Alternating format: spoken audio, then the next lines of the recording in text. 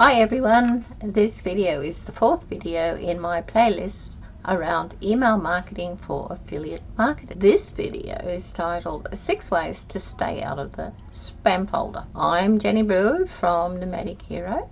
Please subscribe to this channel if you find the information useful and poke the bell for future updates. Now, do you want to find out some tips to help you keep your emails out of the spam folder? Yes, you do. Then keep watching and don't forget to check out the other videos in this playlist. Let's get going. Okay, what you need to remember is that your customers have to see your name, face and product more than 5 times before they're willing to buy. This means you need to build a relationship and establish trust. Email marketing can do that for you. You need to understand how to avoid the spam folder and know that you're not alone.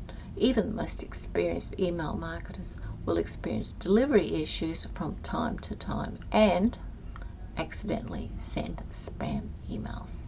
Build your own email list.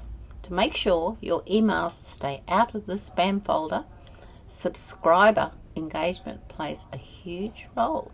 Know what you don't get when you buy an email list? Answer: a list of engaged subscribers. When you buy an email list, you're getting the same group of people that other email marketers can buy as well. Most importantly, these are people who didn't ask you to email them. Great content doesn't mean anything if you're saying it to the wrong audience or to an unengaged audience. So, you should always avoid buying, renting or sharing contact lists. Sending emails to purchase contacts is pretty risky.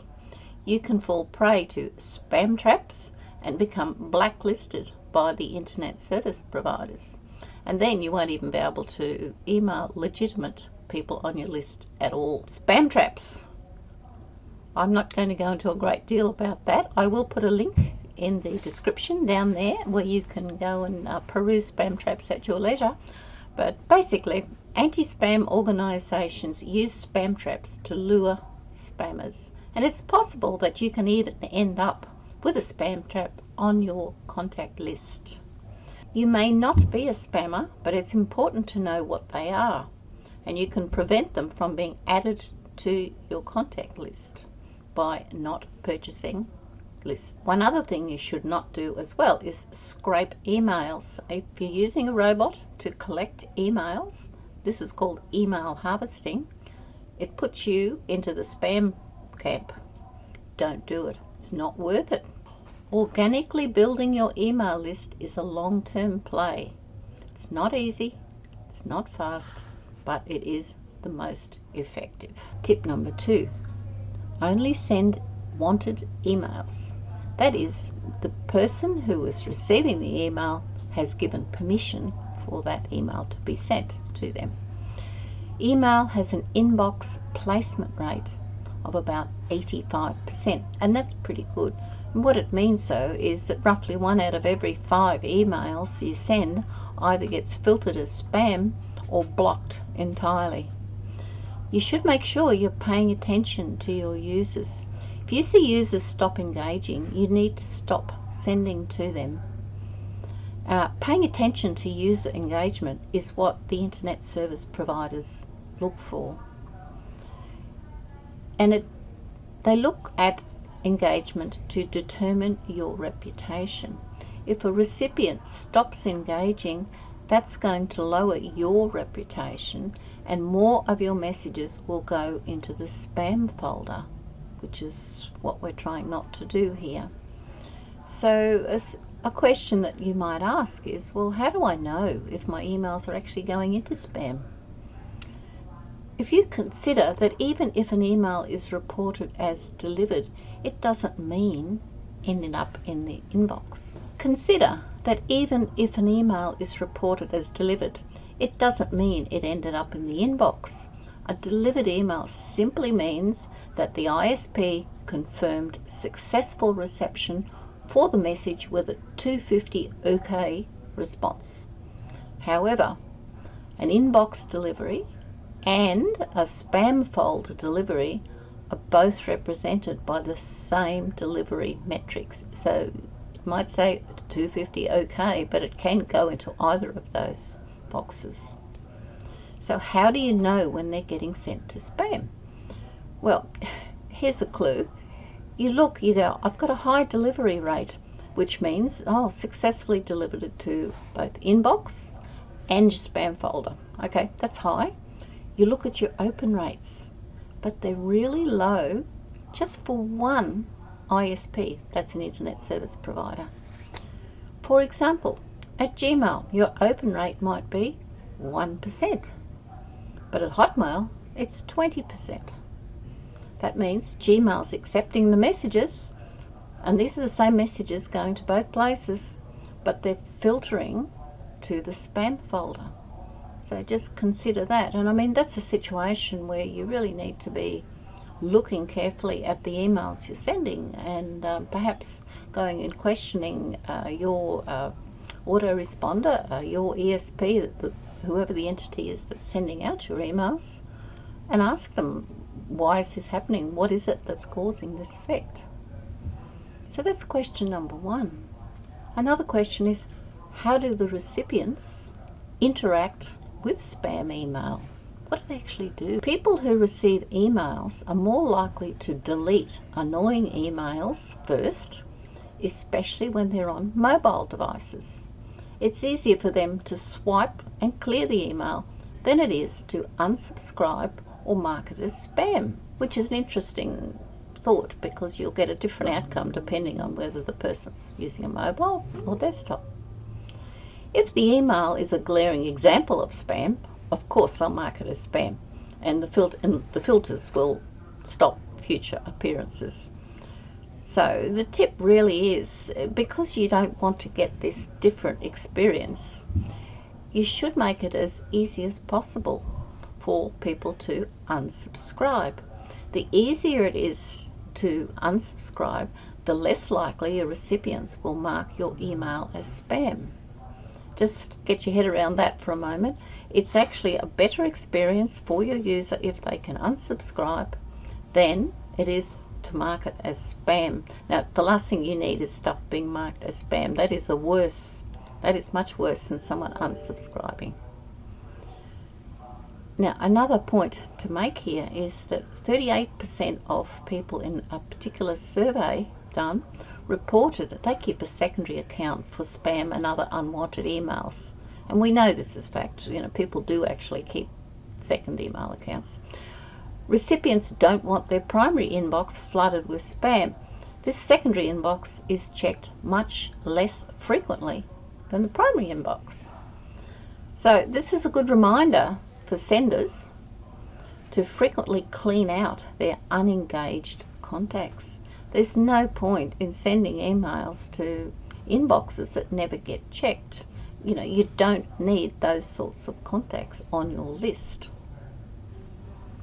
Question: how do recipients identify spam? First off, there's certain types of business which are assumed to send spam more than any other types. And these include dating sites, drugs or pharmaceuticals, quick loans, get-rich schemes, and affiliate marketing. If you're in any of those business categories, you have to be really careful that the recipients you send to truly want your email. Set up a confirmation email that requires recipients to verify and confirm their email address before they are officially subscribed to your mailing list. That's the best way to make sure that these people do want to see those emails. Now, another way in which spam might be identified by the receiver would be if they don't recognize the sender's name. They're much more likely to flag an email as spam. So not identifying the sender makes the recipient suspicious that the email actually is spam. So what you need to do is make sure that when you send an email, the address and the sender name is recognizable. Make sure no emails go out with no reply written on them. Another way in which emails may look like spam is the subject line. There are a number of telltale signs that let the recipient know this email could be spam. Recipients are suspicious of subject lines that include all capitals. It feels unprofessional and aggressive. Emojis. Okay, younger generations are more open to emojis in the subject line. Most people really don't care if there's one or two in the subject line. They probably think it's a bit of fun. But once you start getting more than a couple of emojis in your subject line, it starts to look a bit spammy to everybody. And then you might see promises that you know are just too good to be true, like you'll make millions, or sign up today to win this, or whatever. You've seen plenty of them. But when you see these things, it makes people suspicious and it seems unrealistic. Another way in which spam shows its evil side is just the content. Emails with images that don't load, basic plain text emails, and emails that include attachments are all red flags for recipients. So all of these things say to somebody, this could be spam, and the last thing you want is for your emails to look as though they could be spammy, when in fact you're not even intending them to do that. Tip number 3, tidy up your email list. A smaller, more engaged email list is better than a massive but unengaged list. Properly maintained email lists will help you avoid more spam traps. The quality of your list is much more important and valuable to your business than the list quantity. What you should do regularly is remove bounced emails, remove those who are unengaged and never open your emails. Let's call them inactives, and we've seen a couple of types of those already. So the basic premise is be proactive, clean up your list, and you will start experiencing better email deliverability rates. If any of your contacts unsubscribes, hard bounces, and a hard bounce is an invalid email address, or they make a complaint, when they make a complaint, what they do is they move your email to spam, their email address gets put on what they call a suppression list. This means they can't be sent any further emails. So your suppression list is a list of all those email addresses that you cannot email. Okay, and they're a mixture of the unsubscribes, the bounces, and complaints. So if you are moving your service provider, then it is advisable to export your suppression list and then add it into the new service provider's arrangements. Because what you need to do is keep your continuity, and you want to uphold your recipient's wishes. So it just makes you look a much more honest person if you take your suppression list with you when you change email service providers. Tip number 4, make it easy for your subscribers to take action. What do I mean? I mean provide an easy, identifiable and simple unsubscribe link. The unsubscribe feature should be a one-click process if possible. Don't make a user log back in, deselect a page full of individual mail preferences and reconfirm anything. You know how annoying that is. For senders who want a second chance to convince potentially unsubscribing users that they shouldn't really do that, don't. You don't want disgruntled email contacts. It just annoys people. What you can do is provide a preference center where the subscriber can manage their email preferences. Let them set this up at the point of sign up when they first join you. And you can say, you know, here's a list of ways in which I will send emails to you, you know, and it might be 3 a week, it might be weekly, it might be monthly, it might be just a newsletter, whatever that mix is, and offer people the ability to actually choose the frequency with which they do get emails. And then, you know, that was at sign up, but if you happen to notice that the engagement is dropping back, you can also offer that preference list again if you think that that is something that would help. The bottom line is respect your subscribers' feelings, and remember that if they unsubscribe, you will always fare better than if they make a spam complaint. Remember, having a non-engager on your email list is worse than not having them on your list at all. It's quality over quantity. Tip number 5, optimize your content. Now, when we think about content, we've got to look at it from 2 points of view.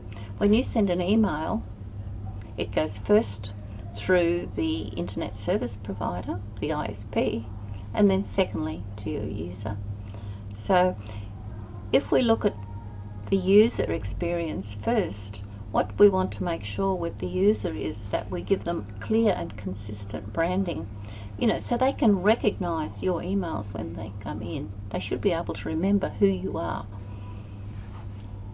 What you don't want to do is have very, very long emails. Limit the amount of scrolling that they have to do, because if they've got to go through yards of, you know, content to find out the point of the exercise or to get to your call to action, they'll give up and they'll move on. Those emails must be obviously responsive. They've got to work with mobiles and desktop and so forth. So make sure that they actually display properly. Take the time to check that they all work properly. And the emails, of course, have to be relevant. You can follow every rule in the book about deliverability, but if your content is not relevant, then they're not going to engage with you, basically. If we look at it from the actual ISP's point of view, because the ISP will see those emails before they get to your subscriber, you've got to make sure that there are things like don't use free link shorteners, for example bit.ly, in your messages. And that's really because spammers commonly use these link shorteners. So that just sends a warning sign to the ISPs that you should optimize all the images. The more clues you give to the ISPs about the content of your email, the more likely it will recognize and categorize your mail properly. Add an alt text for every image that you use, and don't include massive images. And also make sure you have a responsive design. Responsiveness is important as well. You should also practice good text and image ratio. What this means is you should have good balance between the images and the text. Providing 2 to 4 sentences per image helps to give context for both the ISP and also your recipients. And just finally, make sure you preview the results in a test email and adjust if necessary. Sometimes you really do need to do testing just to make sure it looks okay before you send it out. Tip number 6, whitelisting. When confirming your new subscribers, probably through a welcome email, ask them to add your from address to their address book. Subscribers can be sure that they'll keep receiving the emails they're signed up for. Also, having more people whitelist your emails will help to increase your sender reputation, and your inbox delivery rates will be higher overall. It's a foolproof way to release all future emails from the constraints of the spam filters. Remember, we're trying to get out of spam here. This is so easy, yet practiced so rarely. In conclusion, what you need to remember is that your customers have to see your name, face and product 5 or more times before they're willing to buy. Email marketing can help you build that relationship and establish trust. However, you need to ensure you do not fall into the spam folder. It's Jenny Brewer here from Nomadic Hero. If you found this video useful, please subscribe down below, ring the bell for future updates, and I look forward to seeing you on a future video. Thank you.